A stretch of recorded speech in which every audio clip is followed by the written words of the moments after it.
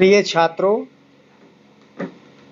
व छात्राओं, मैं अनिल कुमार पुरवार कल आपसे चर्चा कर रहा था। मैथिली क्षण गुप्त जो हमारे काव्य में दूसरा पाठ आपका है, उनका कुछ अवशेष रह गया था। उस संदर्भ में आपसे और भी चर्चा करना थी कि इसका संपूर्ण अध्ययन आपका हो जाए मैथिली क्षण गुप्त का। इसलिए आज आपको मैथिली क्षण गुप्त का संक्षिप्त जीवन परिचय देते हुए उनकी कृतियों का उल्लेख करना है और साहित्यिक परिचय उनकी कृतियों का उल्लेख करने में जो और चीजें छूट गई थी उनको आज कवर करेंगे हम और आप।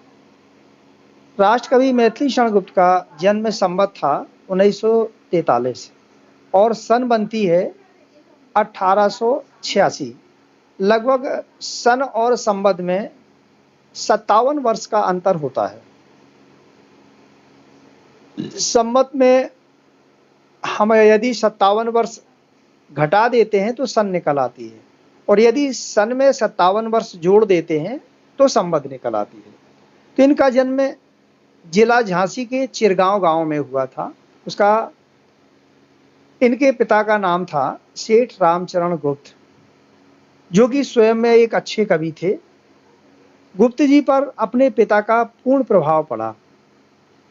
एक अच्छे धनी मानी संभ्रांत परिवार के ये बालक थे और इनका संपर्क आचार्य महावीर प्रसाद द्विवेदी जी से भी हुआ और साहित्यिक गुरु के रूप में उन्होंने महावीर प्रसाद द्विवेदी को अपना गुरु माना।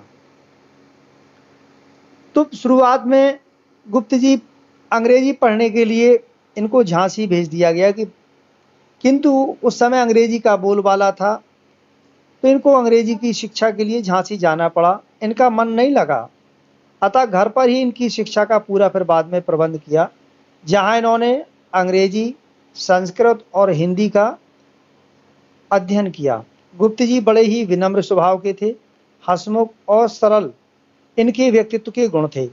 इनके काव्य में भारतीय संस्कृति को प्रेरणाप्रद चित्रण हुआ है।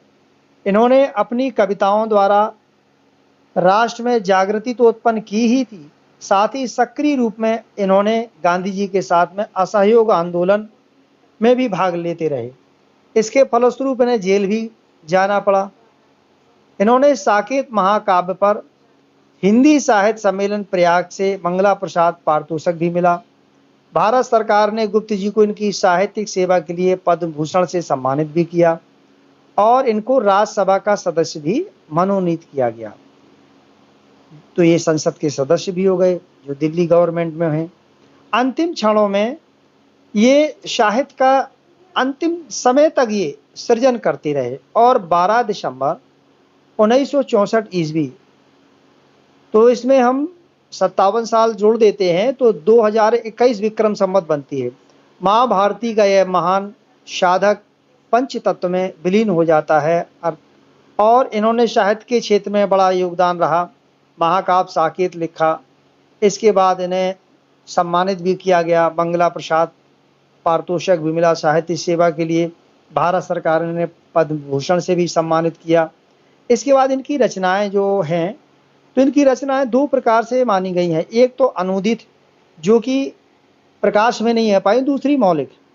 तो इनकी अनुदित रचनाओं में दो प्रकार का साहित्य है, कुछ काव्य और कुछ नाटक हैं। इन अनुदित ग्रंथों में संस्कृत के यशस्वी नाटककार हुए हैं। भास के स्वप्रवास व दत्ता का अनुवाद उल्लेखनीय है। वीरांगना, मेघनाद वध, व्रत संहार आदि इनकी अन्य अनुदित रचनाएं हैं। इनकी प्रमुख मौलिक काव्य रचनाएं इस प्रकार है। नंबर 1 साकेत था इनका। यह उत्कृष्ट महाकाव्य है जो श्री रामचरितमानस के बाद राम काव्य का प्रमुख ये स्तंभ है आपका साकेत। अब है भारत भारती। इसमें भारत की दिव्य संस्कृति और गौरव का बड़े ही अच्छे ढंग से इन्होंने इसमें गान किया है। अभी यशोधरा, इसमें महात्मा बुद्ध की पत्नी थी यशोधरा के चरित्र को उजागर किया है कि जो बड़ी ही तपस्विनी थी। तो द्वापर, जय भारत, विष्णुप्रिया, इनमें हिंदू संस्कृति के प्रमुख पात्रों के चरित्रों का पुनरावलोकन कर कवि ने अपनी पुनः निर्माण कला उत्कृष्ट रूप में प्रदर्शित की है। गुप्त जी की अन्य प्रमुख काव्य रचनाएं हैं इस प्रकार में: रंग में भंग, जयद्रथ वध, किसान, पंचवटी, हिंदू, सौरिंद्री, सिद्धराज, नहुस और हिडम्बा, त्रिपथगा, कावा और करबला, गुरुकुल, बैतालिक, मंगल घट, अजित आदि अनग और तिलोत्तमा, चंद्रहास नामक 3 छोटे छोटे पद्यवद्य रूपक भी इन्होंने लिखे हैं। साहित्य में स्थान राष्ट्र कवि मैथिली शरण गुप्त आधुनिक हिंदी के सर्वाधिक लोकप्रिय कवि रहे हैं। खड़ी बोली को काव्य के साँचे में ढालकर परिष्कृत करने का जो असाधारण कौशल इन्होंने दिखाया वह हमेशा याद रखा जाएगा, कभी भूला नहीं जाएगा, अर्थात अविस्मरणीय रहेगा।